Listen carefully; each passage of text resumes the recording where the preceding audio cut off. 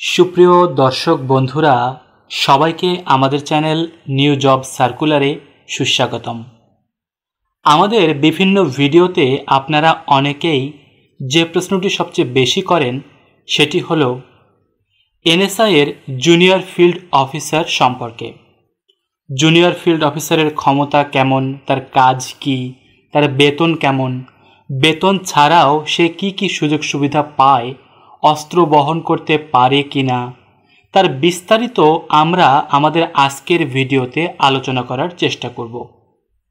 Video শুরু করার পূর্বে বরাবরের মতো অনুরোধ থাকবে, আপনি যদি আমাদের চ্যানেলে নতুন হয়ে থাকেন তবে অনুগ্রহ করে আমাদের চ্যানেলটি সাবস্ক্রাইব করে নিন এবং পাশের বেল আইকনটিতে প্রেস করুন, যেন পরবর্তীতে প্রকাশিত কোনো ভিডিওর নোটিফিকেশন আপনার মিস না হয়। শুরুতে জেনে নেই এনএসআই কি।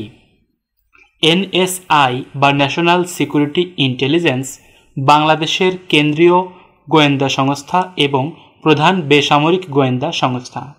আমেরিকার সিআইএ, পাকিস্তানের আইএসআই এবং ভারতের রয়ের মতো বাংলাদেশের এনএসআই বাংলাদেশের অভ্যন্তরে এবং দেশের বাহিরে রাষ্ট্রীয় গুরুত্বপূর্ণ নিরাপত্তা রক্ষার জন্য সদা তৎপর এবং তারা কিন্তু সবসময় জাগ্রত। তারা সবসময় রাষ্ট্রের নিরাপত্তা রক্ষার জন্য কাজ করছে। একটি কথা প্রচলিত রয়েছে, আপনি যখন ঘুমিয়ে থাকেন এনএসআই তখন জেগে থাকে। দেশমাতৃকার রক্ষার জন্য এনএসআই সদস্যরা সদা জাগ্রত, সদা সচেষ্ট এবং তারা অত্যন্ত তৎপর। এনএসআই এর জুনিয়র ফিল্ড অফিসারকে বলা হয় এনএসআই এর মাঠ পর্যায়ের প্রাণশক্তি, কারণ এনএসআই এর যে কয়েকটি পদ সরাসরি মাঠ পর্যায়ে কাজ করে তাদের তত্ত্বাবধানে এবং টিম লিডার হিসেবে থাকে জুনিয়র ফিল্ড অফিসাররা। এটিকে অনেকটা থানার এসআইদের সঙ্গে তুলনা করা যেতে পারে। পুলিশ বিভাগের এসআই যেমন পুলিশ বিভাগের প্রাণশক্তি, তেমনি জুনিয়র ফিল্ড অফিসাররা এনএসআই এর প্রাণশক্তি। এনএসআই অনেকটাই জুনিয়র ফিল্ড অফিসারদের উপর নির্ভরশীল, কারণ তারা সরাসরি মাঠ পর্যায়ের দায়িত্ব পালন করে থাকে। আপনারা নিশ্চয় 2009 সালে সংঘটিত বিডিআর বিদ্রোহের কথা জেনে থাকবেন।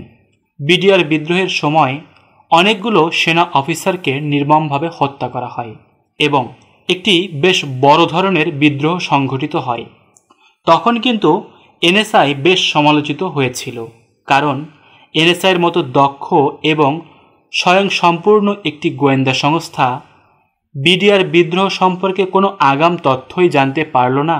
এটা কি করে সম্ভব? এজন্য তৎকালীন সময়ে এনএসআইয়ের উপর অনেক প্রেশার এসেছিল। বিশেষ করে জুনিয়র ফিল্ড অফিসাররা অত্যন্ত সমালোচিত এবং আলোচিত হয়েছিল। সুতরাং উপরিউক্ত ঘটনার আলোকে নিশ্চয় বুঝতে পারছেন যে এনএসআইয়ের জুনিয়র ফিল্ড অফিসারদের গুরুত্ব কতটুকু। এবার আসি তারা অস্ত্র বহন করতে পারে কিনা। এনএসআইয়ের জুনিয়র ফিল্ড অফিসার, এডি এবং ওয়াচার কনস্টেবল সহ আর যে সমস্ত পোস্ট রয়েছে তাদের প্রত্যেককেই বাধ্যতামূলকভাবে অস্ত্র প্রশিক্ষণ দেওয়া হয়। কিন্তু এনএসআইয়ে চাকরি করলে আপনি অস্ত্র শো অফ করে ঘুরতে পারবেন না। ইভেন আপনি কাউকে বলতেও পারবেন না যে আপনি এনএসআইয়ে চাকরি করেন। অর্থাৎ আপনারা যারা স্বপ্ন দেখছেন কোমরে পিস্তল গুজে হলিউড ফিল্ম স্টারদের মতো ঘুরে বেড়াবেন এবং এনএসআইয়ের প্রভাব প্রতিপত্তি লোকজনকে দেখাবেন, তাদের জন্য সমবেদনা। কারণ এনএসআই একটি গোয়েন্দা সংস্থা, আপনাকে সমস্ত কাজ করতে হবে অত্যন্ত গোপনে। এনএসআই কর্তৃক আপনার সামাজিক যোগাযোগ মাধ্যমটিও সদা নজরদারিতে রাখা হবে। সুতরাং বুঝতেই পারছেন, অস্ত্র প্রশিক্ষণ থাকবে কিন্তু আপনি অস্ত্র বহন করতে পারবেন না। এক্ষেত্রে একটি কথা রয়েছে, আপনার পোস্টিং বা আপনার অপারেশন যদি এমন জায়গায় হয় যেখানে আপনার জীবন হুমকির সম্মুখীন হতে পারে, যেমন কোনো মাদক উদ্ধারের অভিযান বা সন্ত্রাসী সংগঠনের গ্রেপ্তার অভিযান অথবা কোনো টেরোরিজম সম্পর্কিত কোনো জায়গায় যদি আপনার পোস্টিং দেয়া হয়, বা রোহিঙ্গা ক্যাম্প বা পার্বত্য চট্টগ্রাম এলাকায় যদি আপনার পোস্টিং হয়, তবে আপনি অবশ্যই সর্বদা অস্ত্র বহন করতে পারবেন। মাননীয় প্রধানমন্ত্রীর কার্যালয় এবং মাননীয় প্রধানমন্ত্রীর নির্দেশে বিশেষ কোনো অভিযানে যদি এনএসআই সদস্যরা যায় তবে তারা সেক্ষেত্রে অস্ত্র বহন করে থাকে। এবার আসি অর্থনৈতিক ব্যাপারে। আপনারা সকলেই জানেন এনএসআই 14 গ্রেডের একটি জব। সুতরাং সরকারি জব হিসাবে 14 গ্রেডে আপনার যে বেতন প্রাপ্তির কথা আপনি সেটি অবশ্যই পাবেন এবং এনএসআই অর্থাৎ গোয়েন্দা সংস্থায় চাকরি যেহেতু করছেন সর্বদা আপনার জীবন কিন্তু হুমকির সম্মুখীন। সেজন্য বাংলাদেশ সরকার এনএসআই এর সকল সদস্যদেরকে মূল বেতনের 70 থেকে 80% ঝুঁকি ভাতা হিসাবে প্রদান করে থাকে। অর্থাৎ আপনার বেতন যদি হয় 20,000 টাকা, সেক্ষেত্রে আপনি আরও 18,000 টাকা কিন্তু ঝুঁকি ভাতা হিসাবে এক্সট্রা পাবেন এবং রেশন তো অবশ্যই পাবেন। সুতরাং এনএসআইয়ের জুনিয়র ফিল্ড অফিসাররা কিন্তু মাস শেষে সর্বসাকুল্যে প্রায় 35 থেকে 40,000 টাকা ইনকাম করে থাকে বৈধভাবে এবং এছাড়া আপনার রেশন অবশ্যই থাকবে।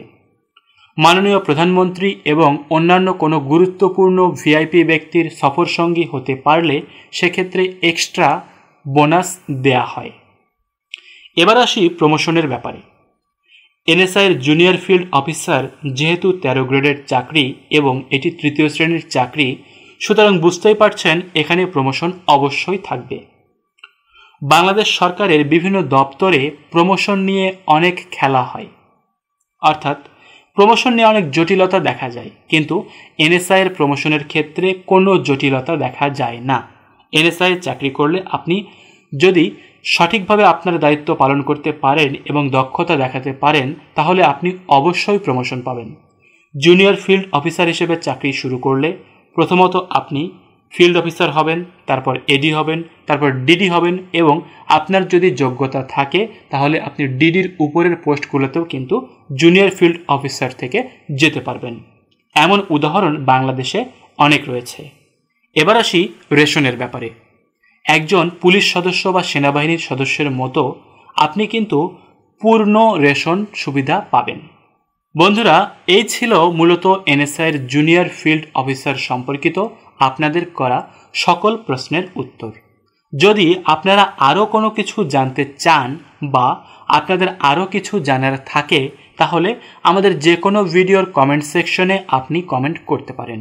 আমরা চেষ্টা করব আমাদের সাধ্য অনুযায়ী একদম সঠিক এবং নির্ভুল তথ্যটা আপনাদেরকে প্রোভাইড করার।